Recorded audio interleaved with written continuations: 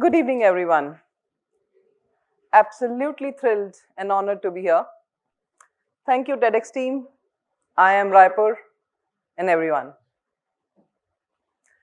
Today we are speaking about, the theme is 2025, Beyond Limits. So the very fact that we are talking about beyond limits, we are recognizing there are limits. Whereas beyond limit means anant, no ending, and infinite, which will go on and on and on forever. I am a true believer of dreams. If as humans, have you ever told yourself that tonight we will not go beyond this limit in dreams, or will not dream beyond this point? We all have dreamt walking on the clouds, flying like a bird, failing in the exam where we have studied probably each and every word of the last chapter, or excelling in exam knowing fully well that we have not studied at all. So that is the power of dream, where it goes beyond our mental conditioning that we have been brought up with. Would you imagine selling this idea 500 years back to somebody, that you'll be able to talk to somebody sitting across the globe in a fraction of a second and probably see them too? You would have been announced absolutely crack, mad person there and then. Why? Because they could not imagine that. And why would they not imagine that? The same humans have imagined it and made it a reality. If it's a reality today, it could have been a reality then. And what the limitations today we have, they will be reality tomorrow. So it's all about the limitation in our own head first. Like we say, sleep over the problem. Why only sleep over the problem? Why we don't get the best solutions while we are wide awake? Because in sleep, we don't have that mental conditioning working, that we cannot go beyond X solutions. These are the only solutions possible to a problem. So we can think beyond our limitation. So dreams have a lot of important role to play in our lives. Believing them, having the conviction in your dreams. We all have stories somewhere. My story, I'll narrate as a girl. Probably we're talking 15 years back, when I could tell people that I want to own horse, I want to start a club, people would actually think this is the craziest idea. Now imagine a girl standing at the edge of a swimming pool, poised for the life. The sound of whistle echoes, and fraction of second, everything disappears. All we have is the water ahead of us. That was my whole life beyond a point. That's me somewhere in college and school and achievements in college.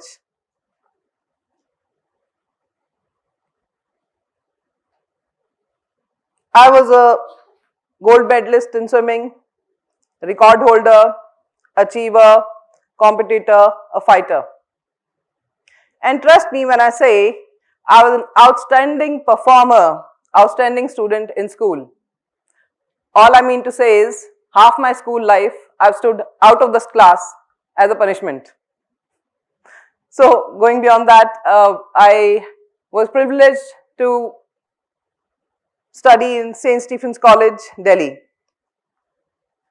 Born and brought up in Haryana in a bureaucratic family. Having a dream to pursue something so unconventional. And friends, we are talking about late 1900s, where achievements of a sports person was never celebrated. First of all, it was never an achievement at the first place. If you're a sports person, it simply meant that probably you're good for nothing. And that is the only reason you've gone in sports. So convincing my own parents, an IAS officer, with the fact that his daughter wanted to pursue something like sports and that to swimming was a challenge. And somewhere I feel the challenge is never with the world. The fight is never ever with the world. The fight is first with your own mind. The conviction of your dreams in your own head. The things that you want to do. Are you sure that that is the only thing that you want to do? If you have plan A and if you have plan B, trust me friends, you are never convinced about the plan A. If you are very convinced of the plan A, you would have never made the plan B. So fight is always within us first. The rest of the world can be handled with very ease. Well, I happened to go to school, which is MNSS Rai, specializing in sports, and I had my own achievements in swimming. Can you imagine? We all put ourselves, lot of attachments of what we do. Our identity is what we do, the jobs we have, the achievements we have, the society we belong to, the family we come from. We somehow in our life, we make that as our identity. We attach too much attention to that. What if all this is taken away from you? We'll be lost, like I was. Moving forward, fast forward, I was a daughter-in-law in Raipur of an influential family with 2 kids aged 5 and 7. By then, they had their own dreams and passion to continue. So we bought first 2 horses for them. As they moved on, we went to Ireland every year for a month for their special training. Everything was a perfect picture family drama, as we always narrate it to be, or we assume it to be. Influential family with all the money, love, 2 boys, doing very well. What else can you ask for? But wait. Everything is good as long as you are filling in that box what society gives you. Society has allowed up to a limit.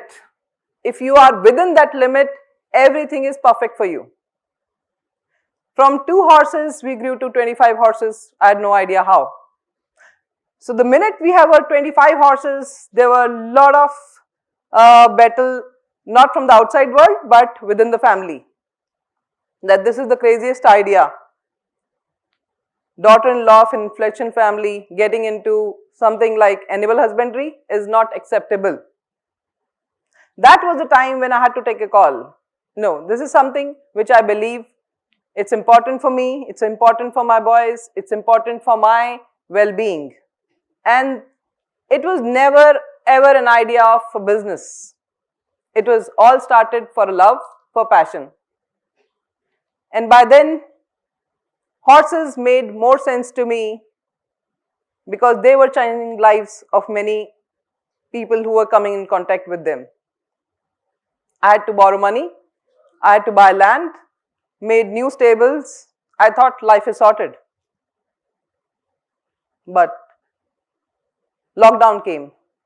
So I had 25 horses to feed, I had manpower to take care of, I had 10 foster dogs to take care of, and I had a dairy, small dairy to run. Well, anyhow, that time, as they say, this too shall pass. Rock bottom had to come, because the best beauty about rock bottom is once you hit there, there is no going down further. You always bounce up. So soon after that, one fine night, my 9 horses went colic. 9 horses, one night. We were not equipped to handle that kind of a crisis. Medicines we did not had to handle that kind of crisis. Even the state machinery were not equipped enough to handle that kind of crisis. So each night, a horse or two we were burying. I really do not know how I survived that time. Seeing all my 9 horses going one by one. 2 of them had given birth to foals just a few months back. Those 2 foals, I had no idea how will I, bring them up. Nevertheless, problems are something which everybody faces. But I wanted something more for my work beyond success. The horses were touching lives of many people. We started horse-assisted, equine-assisted therapy for individuals with physical and mental challenges. This equine therapy is very common in US and America, in US and Europe. This started post-World War. This can help you overcome anxiety disorders, mental disorders, depressions, autism, anything and every mental disability. So there were many students we helped through the course. So from 25 horses, I have no idea how we have grown to 250 horses now. Trust me, it's still not a business. I might boast that I'm the only individual in the entire country with that many numbers under a single name. With that, we have presence across 10 states, helping more than 4,000 students have been trained with us. We take care of Sadbhavna project in Punjab with students. We are working in South Bastar district, Dantewada, with the help of administration, with the tribal students, para-athletes. My promise to them was not just riding, just, helping them ride. It was helping them ride and with Skill India, helping them find jobs. Because certificates, we have fellow speakers here, they would be able to, make sense out of this. Certificates don't get any value unless you get a job. So that was my promise to all the students out there, that they should move and make use of what they are doing. So it was never a sense I happened to be an accidental entrepreneur. I never had any plan. When I had 2 horses, now to 250 horses, I never ever had a plan. What do I want it to be? Why? How will I make use of these 250 horses? What will they do? Where will they go? Who will they help? If somebody has 50 lakh in their pocket, it's easier to become a rider today. You buy the best horse, you have the trainers, and you're sorted within 1 year. You're the rider. But would you be able to sell this idea of horse riding to somebody who cannot even secure 2 meals? And that's what we were doing. That's what our offering was in Bastar with tribal students. So these students have done wonderful. I'll request for the last slide, please. You can move forward. Yes.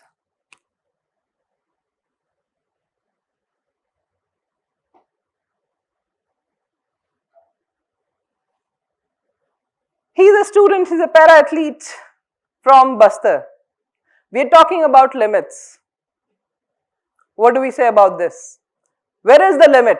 The limit is in ourselves, not outside. The limit is how we think, what we can do, what we cannot do. What our society has told us, what we can do, what we cannot do.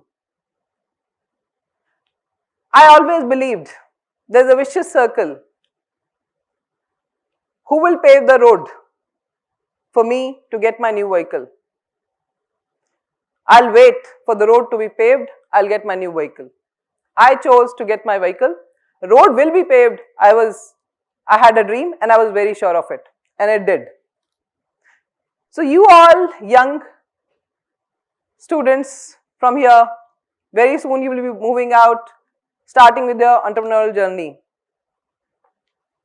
There are only two kind of people I've met in this life. Those who wait that they will sit in their vehicle and they'll move only when all the lights across will be grey, will be green. Only then they will start moving. Or there are people who will any which way sit in the vehicle and move, hoping when they hit the red light, the light would turn green. So which one would you fall into? And would you tomorrow, I would leave you with this question, would you tomorrow sell a Ferrari to a monk who doesn't need it, but who you will be able to make sense out of this and sell the Ferrari to the monk? Thank you so much everyone. It was a pleasure being here, and thank you.